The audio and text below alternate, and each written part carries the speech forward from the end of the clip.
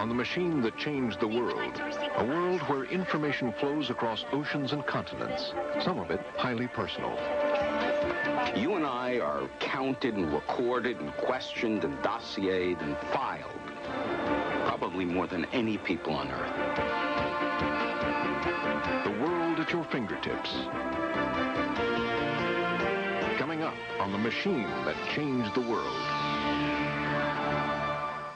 Funding is made possible by UNISYS, meeting the mission-critical information systems needs of business and government worldwide. At UNISYS, we make it happen. And by the 90,000 members of the ACM, computer professionals advancing human capabilities through information technology. And the National Science Foundation.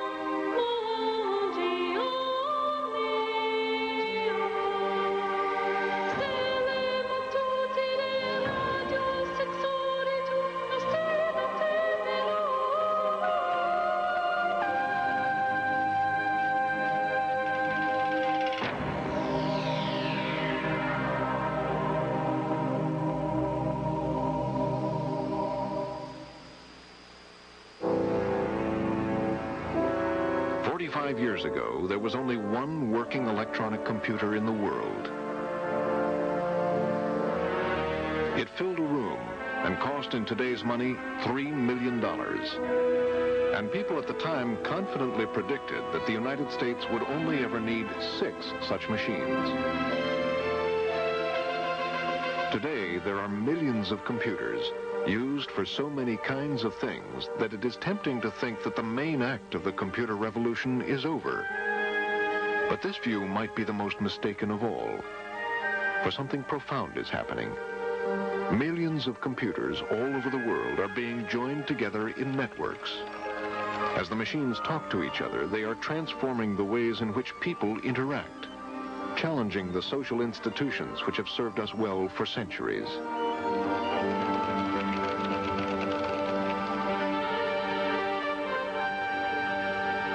Hundreds of years, we have recorded and communicated our thoughts as marks on paper.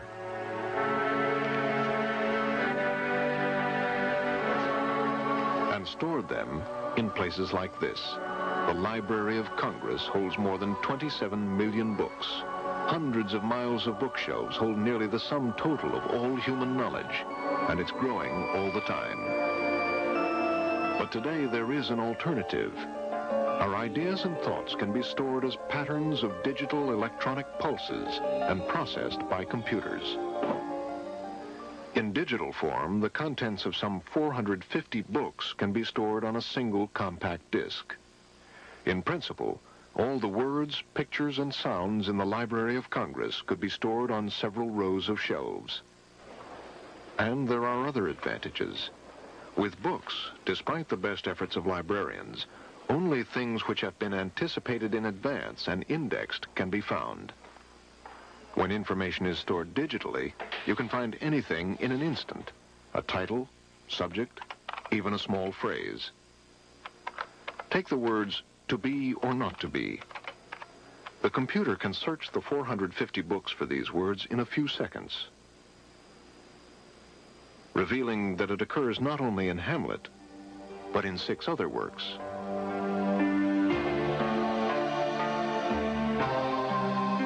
The computer can do this because it has taken the rich world we experience through our senses and reduced it to its most elemental form, patterns of digital pulses, which are really just a lot of zeros and ones.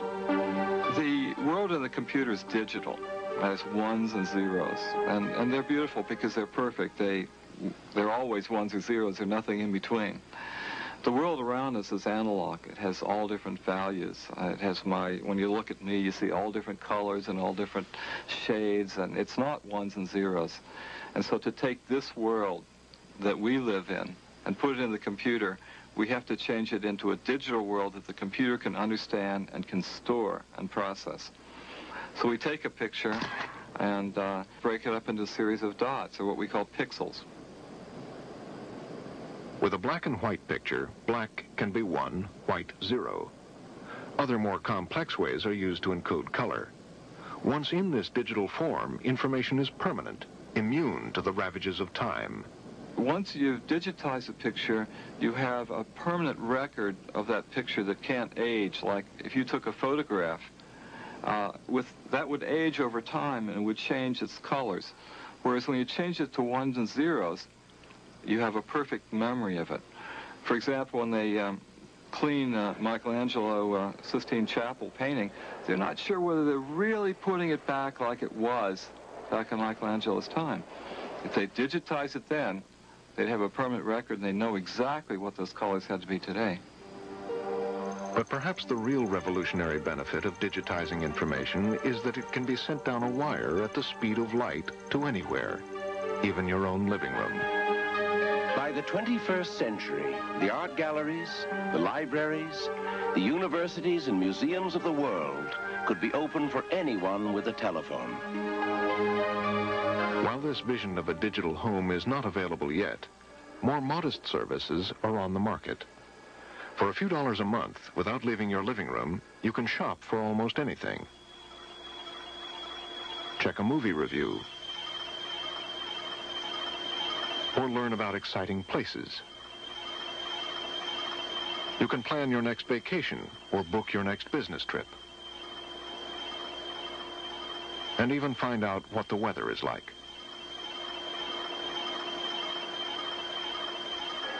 Nearly 2 million people use such services, which bring a world of information into your home. But you can, if you prefer, use the computer like Dave Hughes as a gateway to an electronic frontier.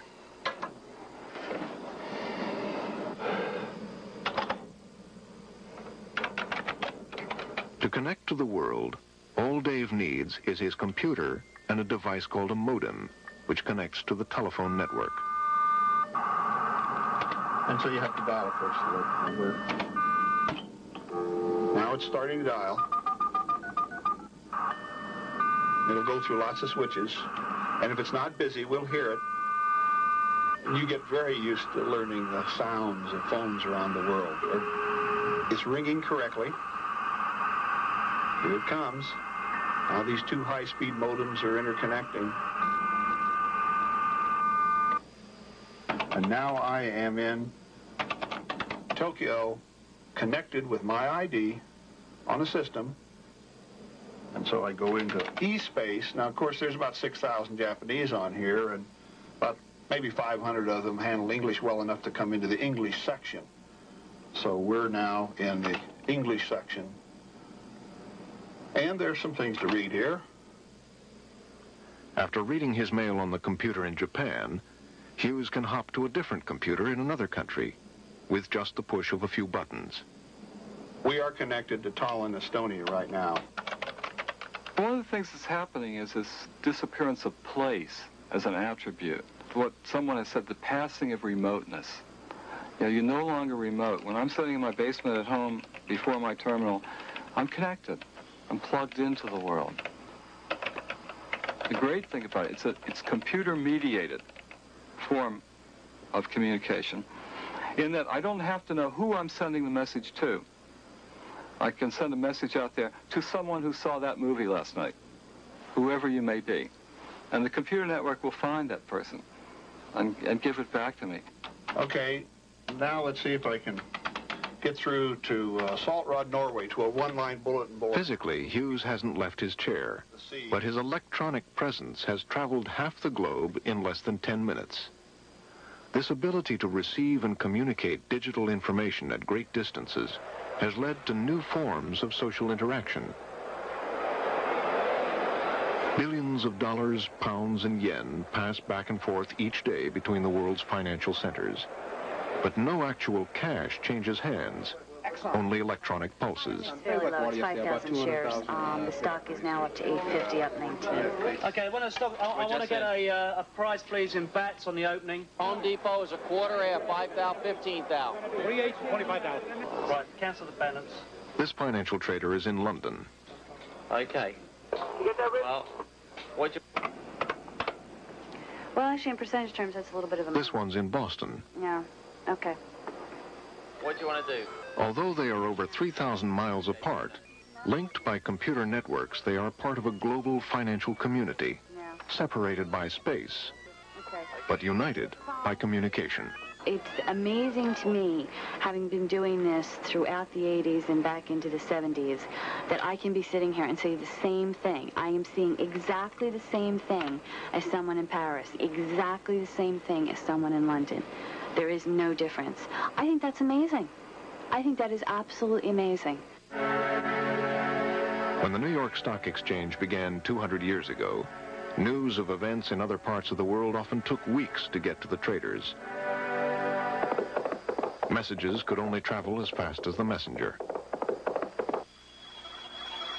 Today, the electronic markings inside the computer, which carry the news the traders need, can be sent down a wire at the speed of light. Gary? With their computers, traders are wired into the world.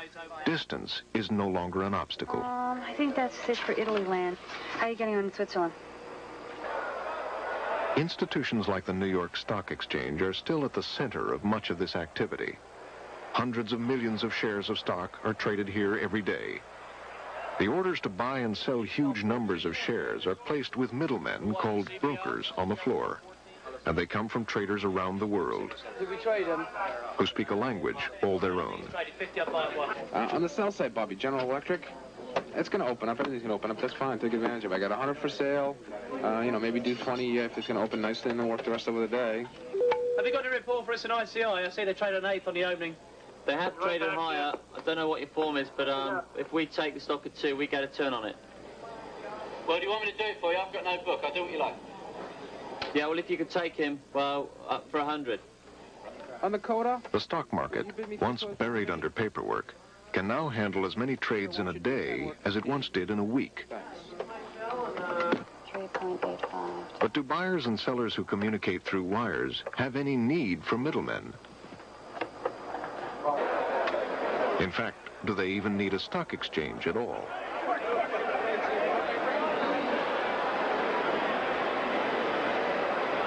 One day, the floor of the New York Stock Exchange may look like this. This is the floor of the London Stock Exchange. Once as bustling as Wall Street, today it is a horse-drawn carriage abandoned in the face of a new electronic age. In 1986, the exchange set up an electronic trading system to modernize the market. But to their great surprise, within a week, the floor was empty. Traders realized they no longer needed a central marketplace or its brokers. They could trade faster and more effectively from the computers in their offices. In the digital age, a physical stock exchange may simply be unnecessary. I was very surprised at the speed with which they left the floor. Indeed, it was somewhat embarrassing to us because we'd spent quite a lot of money on kitting out the trading floor with screens in the expectation that the old culture would prevail and people would wish to stay in physical contact one with the other. Computers which send, receive, and process information offer a new way for people to interact. Hi there. Computers are creating new social gatherings that are not geographic. The old town commons was just for those town people. But now we're creating comparable groups of people throughout the world, but they're united not by geography, but by some common interest. In the world of technology and science, we have many of these discussion groups around particular scientific and engineering disciplines. And we gather around this little electronic fire and trade wisdom. It's beautiful. Well, I don't think we got that in. Exchange of knowledge has been the cornerstone of scientific discovery and progress. For centuries, the primary means of testing and communicating new ideas has been to subject them to a rigorous review by the editors of scientific journals. And where do we got to be? Magazines like Science and Nature and others have become the arbiters of new claims and discoveries. Today, scientists have an alternative. Hundreds of thousands of scientists in dozens of different countries are connected via a worldwide computer network, Internet. It has the potential to change science, as a recent episode made clear. We've established a sustained nuclear fusion reaction by means... In March 1989, Sidney Pons and Martin Fleischmann made a startling announcement. They claimed they had discovered a new phenomenon called cold fusion, a potentially unlimited source of cheap and pollution-free energy. Scientists around the world started scrambling for more information. Apart from newspaper reports, there was little hard information. It would be weeks before academic papers came out. So scientists quickly turned to the network, convening a worldwide 24-hour-a-day conference of interested scientists from many countries. Information from different labs whizzed back and forth as digital pulses.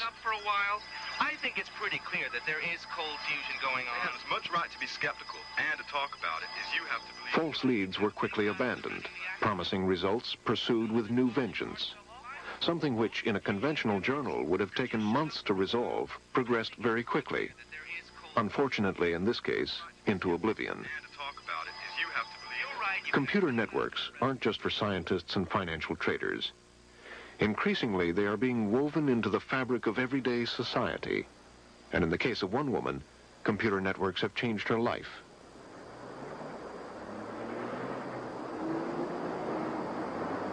Theo Groothoff has been confined to a wheelchair since a car accident left her partially paralyzed. Although she's learned to live with her disability, she still misses the simple pleasures of mingling with people in the outside world. But with her computer, Theo is now connected to a whole network of new friends through a system called SeniorNet.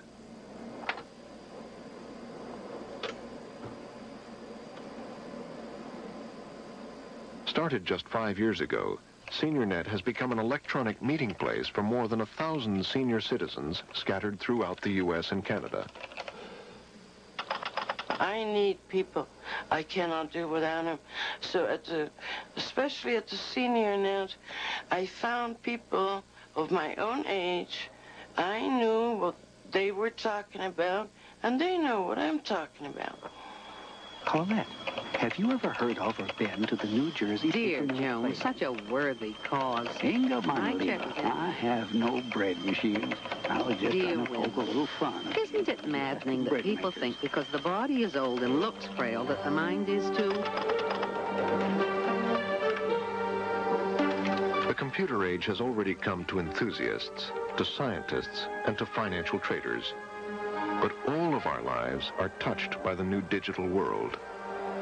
Whether we know it or not, we're all part of an electronic community, in the sense that very personal information about us is gathered in one place, in a credit agency, in a police agency, in medical records, and frequently pulled together in ways that we don't even know about. Nearly every person in this country has an electronic presence, a compilation of the electronic traces we leave behind. Whatever we think of computers, modern society depends on them. One of the great ironies in this is that we're supposed to be the freest country on the planet. And I think we are. But because of our technological sophistication in the field of information technology, we are probably the most dossiered people on the planet.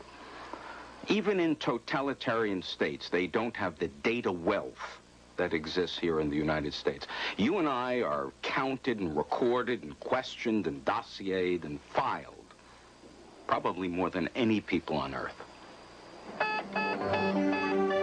Withdraw money from a bank. Your name goes to 2 computers. Get a driver's license. 4 more computers can get information on you. Use a credit card. Your name is sent to as many as 7 different computers. The information on your paycheck is sent to 3 different databases. Even if you're just sitting at home doing nothing, your name will pass through up to 50 different computers in a day. It all adds up to an incredibly detailed picture of your electronic alter ego, one over which you have little or no control. One of the consequences of having computer networks is that you can actually allow information to get polluted and for the pollution to spread around, too. You can get wrong information in there. There's always wrong information in a database. It's almost impossible to prevent. And now you can get that wrong information transmitted around and shared, replicated, and acted upon. Before they electrocuted Mrs. Mabel Neville, she said these words for all to hear. Never. Foreman Brown, a former Hollywood songwriter, is alive and well at age 90. You may adore it if you like the setting for it. Never, never buy a crystal set. But 5 years ago, he was dead. Or at least his electronic alter ego was. There I was, in, 85 years old and semi-retired and living pretty contentedly, and suddenly these checks appeared. Department of Water and Power, and the mark deceased across my signature. And that was rather startling, And, of course, naturally, I went to the bank immediately to see what was going on, and that started all the ruckus.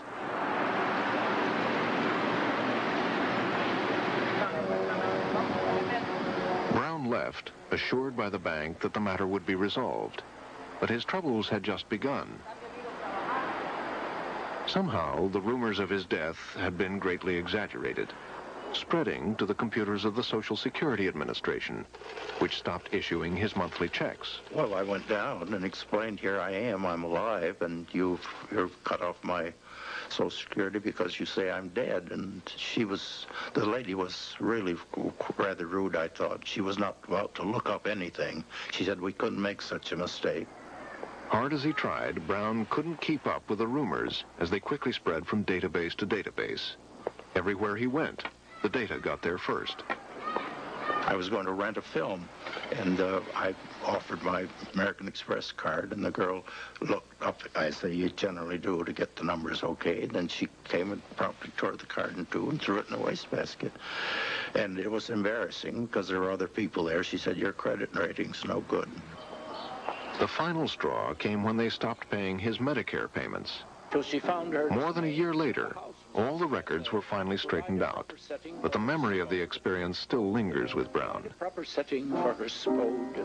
It just seems so little you can do about it. Everything is in somebody else's hands, and you have to rely on their goodwill to fix things, and eventually it works out, I guess. She would have to get a more distinguished mate. Oh, yes, she would have to get a more distinguished mate. Foreman Brown's ordeal is not an isolated case. Thousands of lives are disrupted every year by faulty data spread by databases. Trying to catch up with a piece of information, correct an error in the system. It's like running after a greased pig. Even if you get your hands on it, you're not going to hold it. If there's an error in your credit file, and that information has been given to 3 insurance companies, a medical information bureau, 5 credit grantors, and 6 employers, you're never going to be able to catch up with it. A recent study of credit agencies by Consumer Reports found that nearly half of all files examined contained inaccurate information. 1 out of 5 files had major inaccuracies which could ruin a person's credit rating. It isn't just false information that can be damaging. Our electronic presence reveals many things about us which we might not want others to know. Normally, we decide what information we share with people. There is the most personal information we only share with our intimate friends. That's great. Yeah. I'm starved. There are the things we talk about with our family and acquaintances. Hey, how was the picnic? It was fun. I'm glad I went, actually. I'm going to Chicago on the 10th, evening of the 10th. There are matters we discuss with business colleagues. Origins conference on the 11th. I'll meet Peter and the Johansons there. Now, what time do you get into... And there are even things we are willing to tell to strangers. Okay, so up about a block on my right-hand side. Right-hand side. But there are few such choices in the digital world. Total strangers can scrutinize the electronic traces of our lives, the restaurants we eat at, the hotels we stay at, and the goods we buy. It isn't a case of, if you're innocent, why are you worried about what people will find out about you? It's a matter of self-knowledge, dignity, and the decision that each person should make which of his or her inner thoughts and feelings should remain private, subject to change and consideration, and which, in a sense, shall be a public snapshot that'll be recorded someplace, which will then establish you in the eyes of someone else in ways that are very narrow, shallow, and possibly false. So you would like to receive the product still? So the total package would be $29.90 for the bench buster and the VitaGuard dieter. All this data gathering has provided work for millions of Americans who make a living typing data about us into computers. Ironically, these information workers may be monitored more closely than anyone. For the work they do leaves a record, which means that someone in another office can, if they choose, monitor exactly what they type, how fast they type it, and when they stop for a break.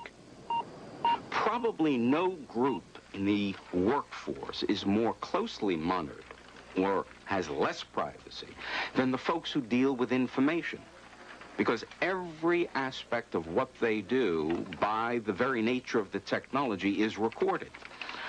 Those people really live in a prison. They live in an informational prison. It's in the nature of what they do. Now, I can see and have believed for some time that employee privacy is one of the great workplace issues of the 21st century. For some employees, it has already become an issue.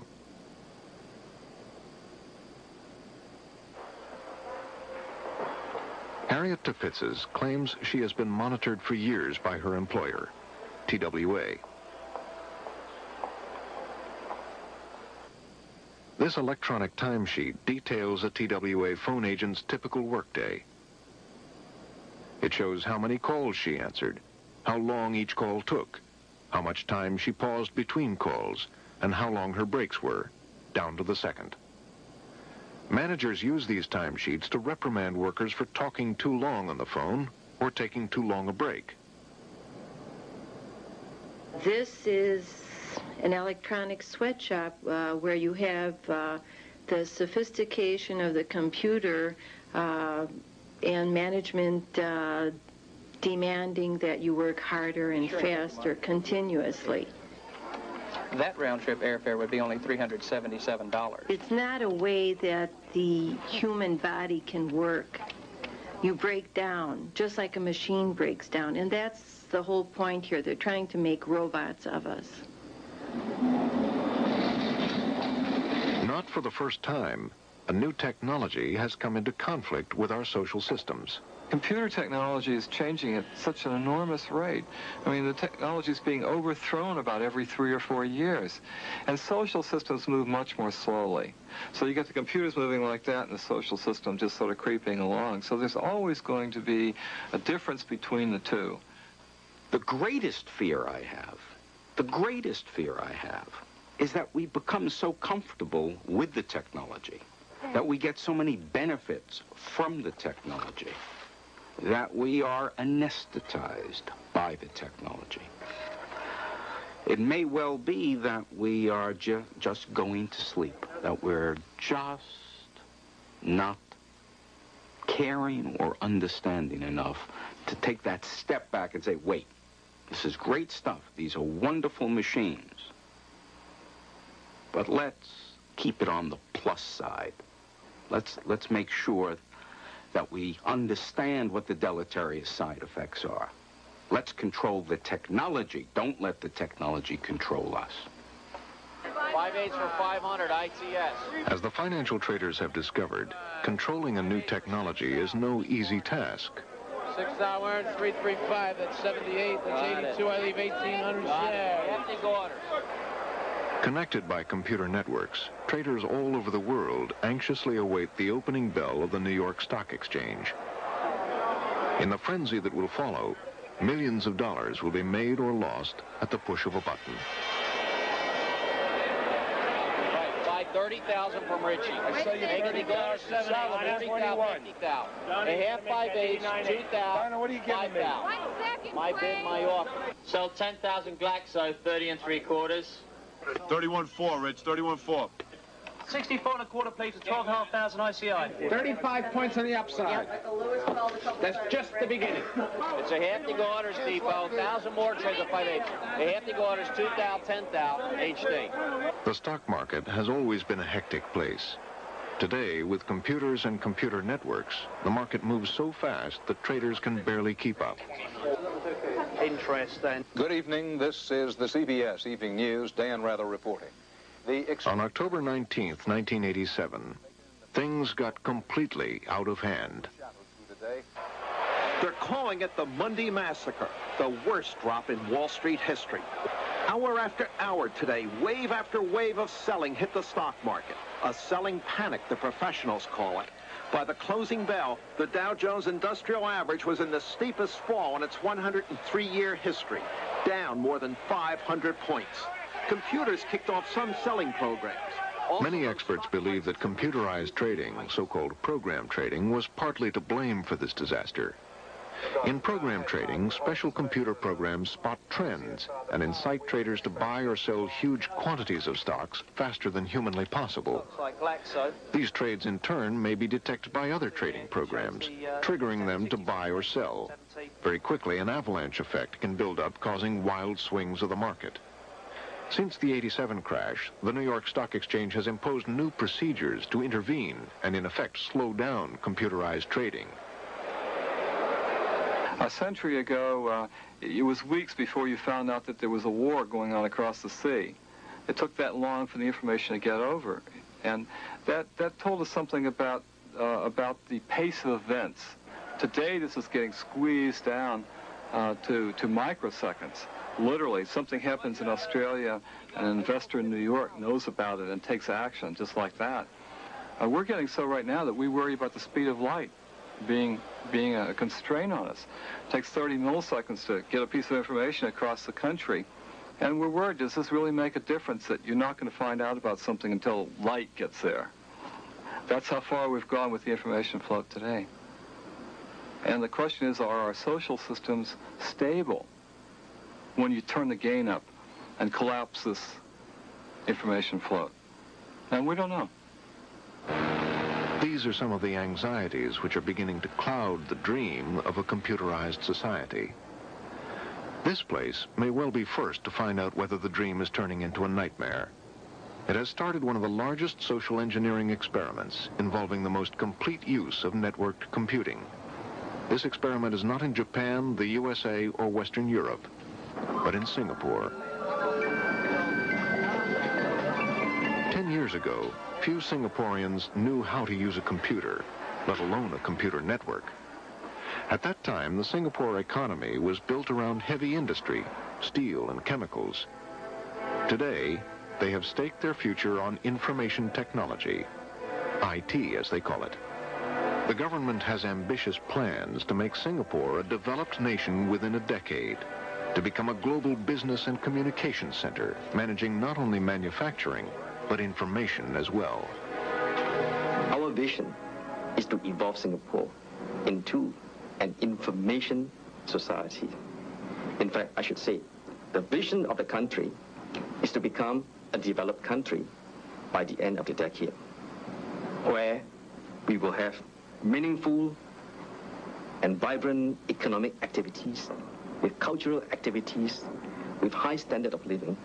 And this vision that we have is providing a lot of excitement to various organizations. IT matters to us because we are working a very small and tight ship. We don't have millions of people to dispose of. We have relatively few digits, and every person must be performing to his maximum, which means that he must be supported by technology, by information, by networking. All over the island, work is done electronically through computer networks, be it business, medicine, or law. But this is only the start.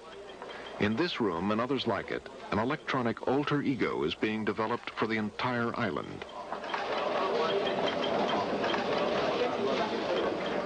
In the past, information on Singapore only existed on land deeds or old maps, which were hard to find and harder to use. Now, Singapore is being digitized. Everything you want to know about Singapore is being gathered in a massive electronic database called the Land Data Hub. Everything about any particular building is there, how the power lines are connected, which phone lines it uses, which businesses are inside, and who owns them.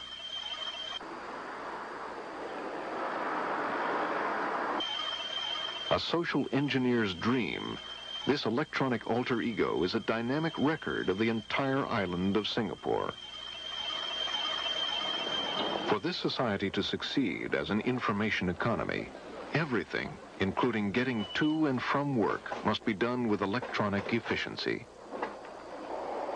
From the moment passengers enter Singapore's modern subway system, their electronic alter egos are tracked by the system's computers, generating a wealth of information for subway officials.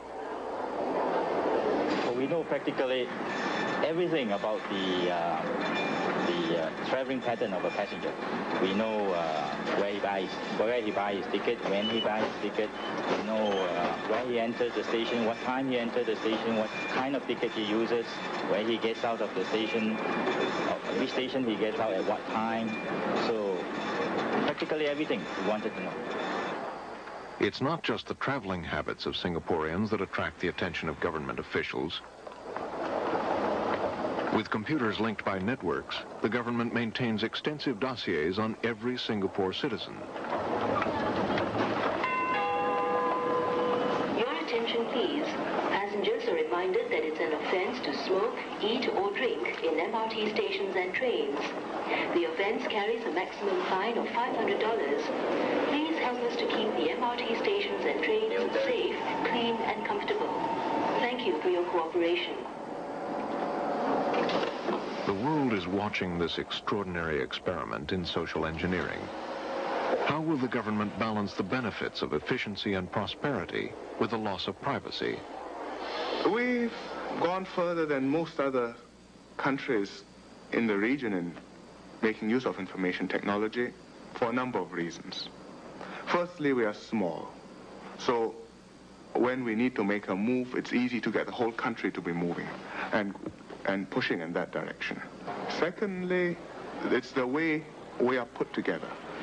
We operate a system based on meritocracy and efficiency, and on getting things done as sensibly and with as little fuss as possible and as quickly as possible. We do quite a number of things which Western governments probably would hesitate to do, either because ideologically they feel they should not intrude on personal lives, or sometimes because they just don't have the time to do it because the next election is too close around the corner. But it is a different society, and we have to govern the way the population needs to be governed and the way the population accepts being governed. In Singapore, the government has seen that information is power. Whether they use that information to accelerate Singapore's development or to control its people remains to be seen. In other countries with different political traditions, the power of computer networks has been used as a tool for democracy. After Singapore, the next most networked country in the world is France. But that wasn't always the case. Allô, allô? Allô? Rappelez. Oh. 10 years ago, when France decided to modernize its antiquated phone system, they installed a national computer network, Minitel, which people could tap into from home. In 1983, there was only one service on the network, an electronic phone directory. Today, there are more than 12,000 services. Rendez-vous sur votre Minitel 3614 TVA. Minitel is everywhere. In homes, record stores, it's even at truck stops. Minitel has become an integral part of French society, just as the government hoped it would. But the government never expected that Minitel would be used against itself. In 1986, students around the country held a series of protests against a change in admissions policies at state universities. They hit on the idea of using a free propaganda machine, Minitel. On a décidé de se servir du Minitel parce que, comme le mouvement... We decided to use Minitel because the movement was all over France, and we wanted a way to communicate quickly between organizers and universities. We also wanted to gauge the mood of the public. Direct pour le public. With the network, David Assouline and other leaders of the movement took their cause directly to the public, an instant publishing operation. In addition, they also used the network to organize various student groups around the country. Philippe, what happened yesterday at the protest? David, 1,000 people came, about twice as many as last week. The police were a bit rough, but no one was seriously hurt. Christine, what is happening in Marseille? The newspapers did a story on us yesterday. It was mostly sympathetic. We're planning a demonstration for next week. With such efficient coordination, the leaders built the movement into a massive rebellion in less than 2 weeks. In Paris alone, more than 1 million people marched through the streets. 4 days later, the government backed down and canceled its plans for reform. Before the students' triumph, few protesters had thought about using computer networks. Now, almost all large French protest movements, from labor strikes to political rallies, are organized by networking. In just 45 years, the descendants of this machine have permeated every aspect of our lives, be it politics, business, science, or just companionship. From Singapore to Paris, from Wall Street to the City of London, the future is digital. Whatever you feel about computers, there is no going back to a world without them.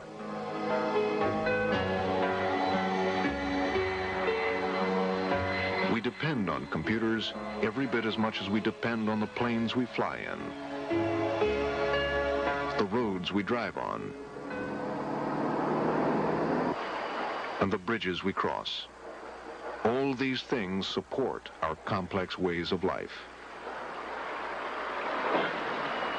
The problem is that bridges are made of steel and mortar.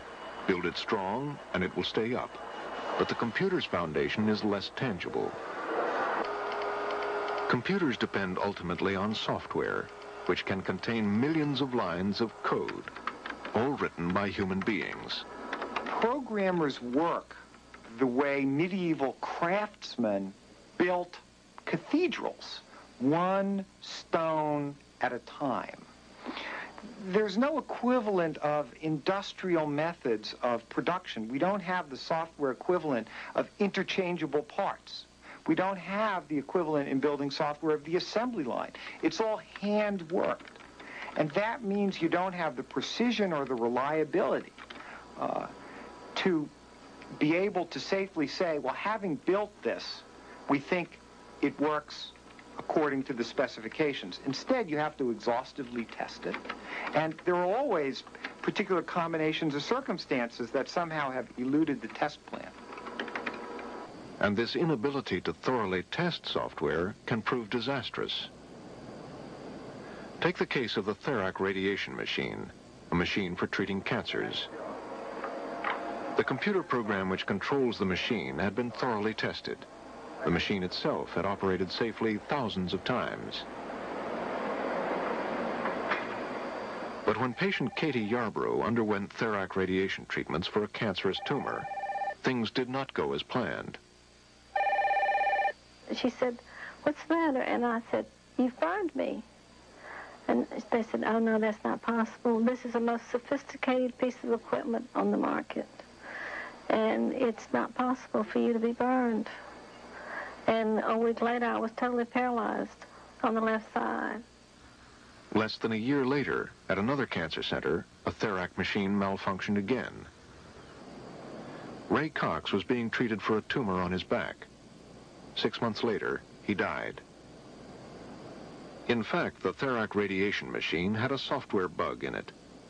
When the operator made a mistake setting doses and corrected it in a particular way, the machine ignored the change and emitted a powerful blast of radiation. Instead of a normal dose of 200 rads, Katie Yarborough was hit with 20,000. Since the installation of new software and extra safeguards, the Therac 25 has been free of problems. Faulty software in one machine is frightening enough, but when connected to a computer network, the potential effects can be devastating, because nearly everything which happens in a network is controlled by software. It's curious about computer networks today. I think that they're very robust in one sense and fragile or vulnerable in another sense. You can go out and physically damage networks, drop bombs on them, cut lines, and they still work. And yet they're vulnerable to little information damages. They're vulnerable to mistakes in computer programs that run them. Imagine a program that has 2 million lines of code that are the instructions that run it. It's guaranteed that they're not all right, that there have to be mistakes in that. It's beyond human possibility to make that entirely right. They're just waiting to happen. And on January 15th, 1990, happen it did. About 2:25 yesterday, Eastern Time, a software problem occurred in the network. Preliminary indications are that the trouble was in the signaling system spread rapidly throughout the network. The AT&T telephone system, which had run for 30 years without a major hitch, was crashing. Technicians watched in horror as line after line began to fail.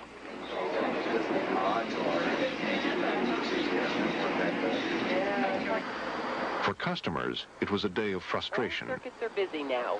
Please try your call later. Nearly 20 million phone calls couldn't get through. Companies which depend on the telephone system, such as travel agencies, suffered millions of dollars in lost business. After 18 hours of frantic searching, engineers traced the problem to a single line of bad software among the millions that control the network's computers. A small mistake in one of these millions of lines of computer code that governs the network was suddenly called into play. And one switch told another switch, do this and do that, and they were wrong things. And the next switch communicated it to another. And the network started talking to itself and babbling back and forth, and pretty soon it stopped working. The problem with software is you can never test it completely. I mean, you'd like to think that you've written this program and now you could test it to see if it works. But the problem is that there's so many possibilities for conditions, for the inputs to this program. There's so many what-ifs. What if this? What if that? And you put a lot of what-ifs together, and you get just a myriad of possibilities. And so many, you could never test all the situations. The collapse of the phone system has led some people to wonder what else is at risk. For every day, we trust our lives to software. Take flying. Each day, more than 1 million Americans travel by air.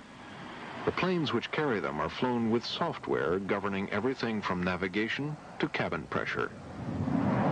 And they are guided through the air by air traffic controllers who depend upon computers to feed them crucial data about a plane's position, speed, and altitude. On October 14th, 1989, at the Dallas-Fort Worth Airport, something strange happened.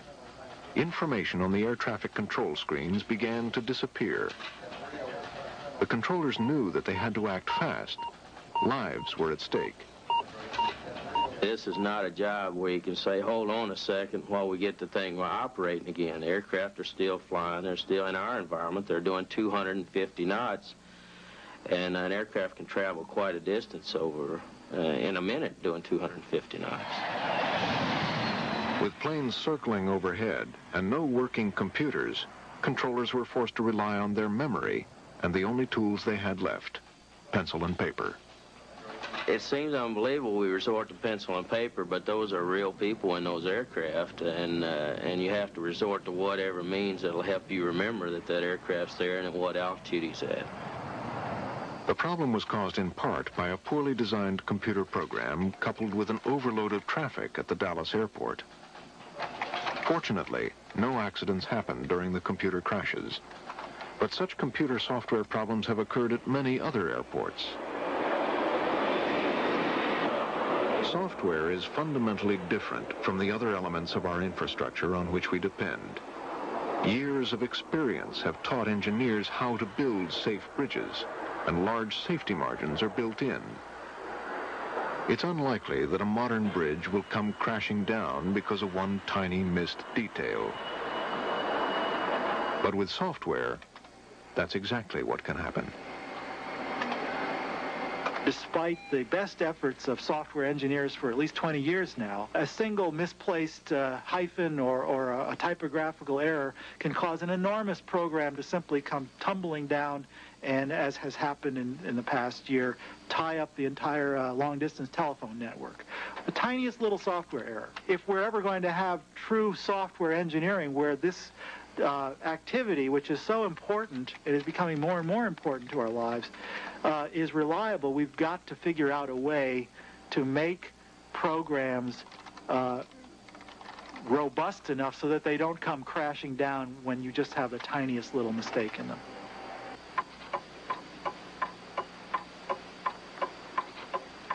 There is a remarkable irony. The story of the computer began 150 years ago because one man, Charles Babbage, was worried about the errors which human beings, called computers, made when calculating mathematical tables. Because engineers and navigators relied on these tables, mistakes could cause ships to get hopelessly lost or run aground. Babbage's analytical engine, the blueprint for the modern computer, was to be the answer, a machine which would not make mistakes. In time, the machine that Babbage dreamed of would indeed be built.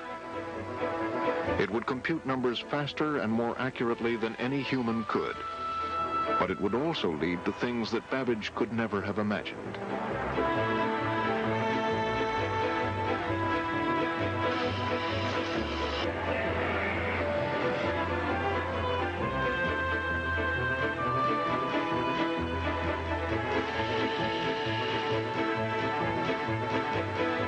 Ironically, all these wonderful uses of computers which today we depend on are still vulnerable to human error.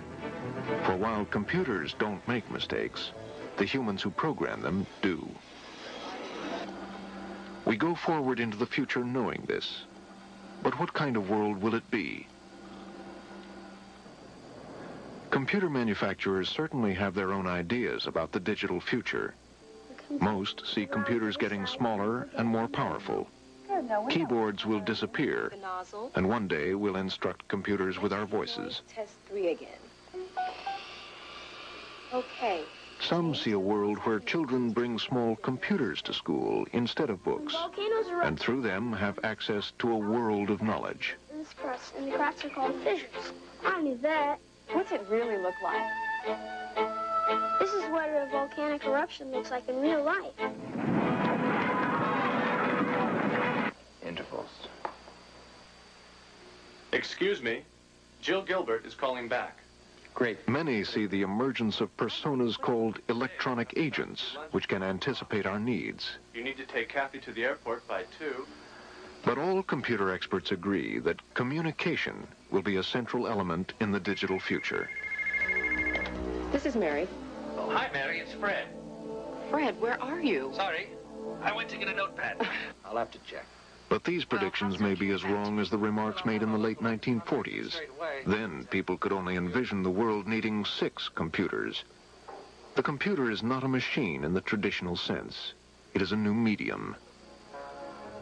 Perhaps predicting the future of computers is as hard as it would have been to predict the consequences of the marks Sumerians made on clay 4,000 years ago.